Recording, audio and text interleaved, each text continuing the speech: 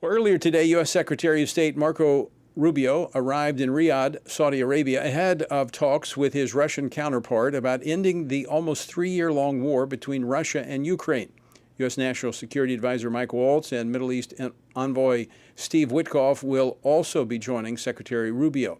Ukrainian President Vladimir Zelensky said Ukraine will not accept the outcome of the talks if they are not a part of them. Joining me now by phone is Congressman Mark Alford. He represents the 4th Congressional District of Missouri. Congressman Alford, welcome back to Washington Watch. Thanks for joining us. Thank you so much. We're driving across snowy Missouri right now. Well, I appreciate you taking time to join us. And I know as a former member of this House Armed Services Committee, you've been tracking the situation in Ukraine very closely over the last 3 years. You know, peace treaties don't usually come out of just one meeting. So what do we know about the goals of this meeting that the stage is being set for in Saudi Arabia? Well, look, Tony, thanks for having me on. I am not in the administration, so I could not clearly define the goal. But I think the goal of most Americans, including those in the 4th Congressional District, is to get this war over with. The American people, the American taxpayers, have invested some $300 billion now. Joe Biden was slow in getting the F-16s, the attack of missiles, the Abrams tanks to Zelensky so he could win this war early on. His weakness in Afghanistan, the way he pulled out of there, only encouraged Vladimir Putin to invade Ukraine. So a couple of strikes against us from the beginning and against Zelensky. Now what do? There's $100 billion supposedly unaccounted for. I think the American taxpayers have had it with funding this war in Ukraine, which is threatening to turn into somewhat of a Vietnam situation. So now there are peace talks that are being held. This should have been done several years ago, and yet the Biden administration did not have the intellect or the temerity to do so. And Zelensky they're providing, I think, some cover for Zelensky in this case to go over there and start these peace talks. It's, as I had predicted even more than a year ago, I think this is going to end up with Vladimir Putin retaining at least part of the Donbass region and certainly Crimea that he gained during the Obama administration. Because Obama didn't do anything about it when he took over Crimea, I think he's felt even more emboldened.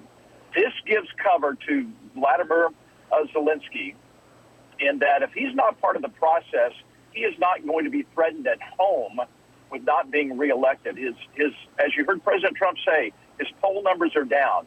He will not call for new elections. If he is not part of this process, and he is not going to be willingly give up land to Vladimir Putin, then he has cover to say, I was not part of this. It was negotiated around my back. He stays on as president, perhaps, and Putin is stopped there at the Donbass region and does not transgress any further, especially into Poland.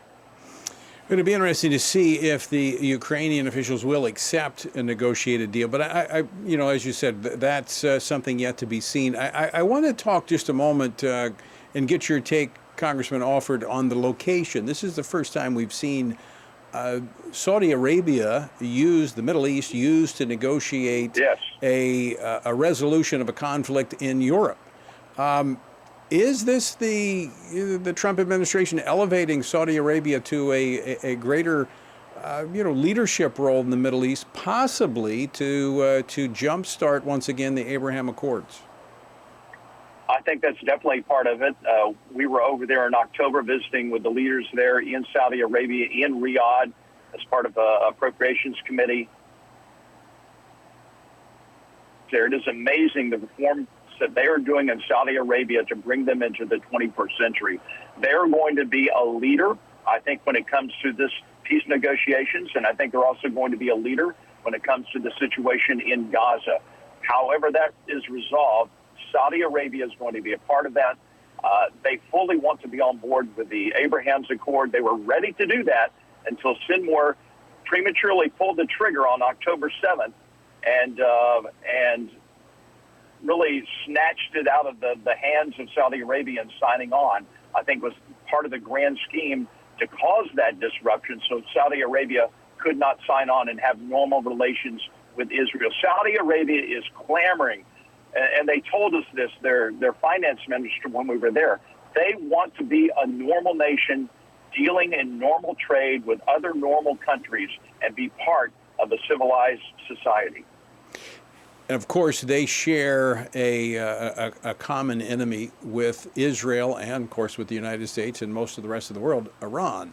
And so that normalization of relations between Saudi Arabia and Israel will do further to isolate Iran. So I have to think that that might be a part of the thinking of the Trump administration to choose that as the venue to negotiate an agreement between Russia and Ukraine. It's very wise on President Trump's part. If he can make Saudi Arabia look strong and other nations like Jordan look strong, that only makes Iran look weaker. Iran must be isolated. Everywhere we went on this trip in October to Jordan, to Egypt, we met with the president there, Al-Sisi. We met with the King Abdullah of Jordan. They want something done about Iran. They know that Iran is poisoning the well when it comes to relationships between Islamic countries and the West. And short of taking out through kinetic activity, bombing, taking out Iran that way, through economic isolation might be the factor, and isolating them on the world stage to bring some sort of change that's necessary to bring them into the fold of rational countries that want to do business with other countries and want to act like good partners in the world. Congressman Alford, one final question on Russia. Where would this leave Russia? I mean, they've been exposed as more bark than bite when they've been, 3 years in this slog against Ukraine. Do they just kind of go back home, tail tucked between their legs, or what happens to them in the future? Well, Russia has lost certainly a lot of treasure and men in this fight. Some 750,000 soldiers, some Russian, some Korean, and others have died on the battlefield. So that's taken a big toll. It's also taken a big toll on their armaments. It's taken a big toll on the psyche for the Russian people. And keep in mind, China is ready, willing, and able to help in their affiliation with Russia to overtake the West, to overtake the United States of America. I think by bringing an end to this war, it will allow the U.S. to move on, to recoup our resources, our armaments, so that we might be ready, God forbid, if we have to take on China over Taiwan, as some are saying, some of the generals are saying, as soon as 2027.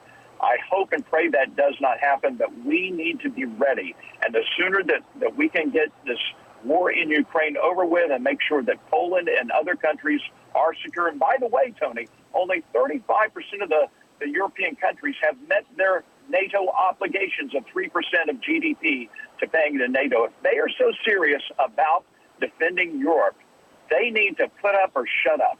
Germany and France are among the two big countries that have not met their obligations. That needs to be done. So they need to protect Europe. We stand alongside them in NATO. But I think, as President Trump made clear in his first administration and will again, that they need to pay their fair share to make Europe strong. I actually think that's probably one of the other messages being communicated very subtly here by choosing the Middle East as the location to negotiate this cease, the end to the hostilities between Ukraine and Russia. I think that's a part of Trump's message to them. Congressman Mark Alford, always great to talk with you. Thanks so much for joining us today. Thank you so much, and God bless, Tony. Take care.